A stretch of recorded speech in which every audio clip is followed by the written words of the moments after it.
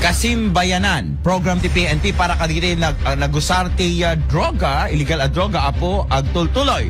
Detalye ka dito iti Philippine National Police with Idol Lawrence. IFM News. IFM News. IFM News. Police Report. Police Report. Gaputi kasimbayanan program kanda dumapay a reformative program sa Philippine National Police ket nagbalbaliw iti maysa kadagiti PWDs when a person who use drugs iti iliti sa Nicolas kuna ni alias R naramramanan nan iti droga iti kapigpigsan na ngem iti nagsurrender isunan ket ditan ang nagbalbaliw ti amin imbatad na nga imasidag isuna ken Apo Dios ken kastapay nga adu dagiti aktibidad ana magbalbaliw iti panagkita na iti panagbiag no pay kasta ket dayto iti balakad na kadagiti agusosar pay laeng ti droga.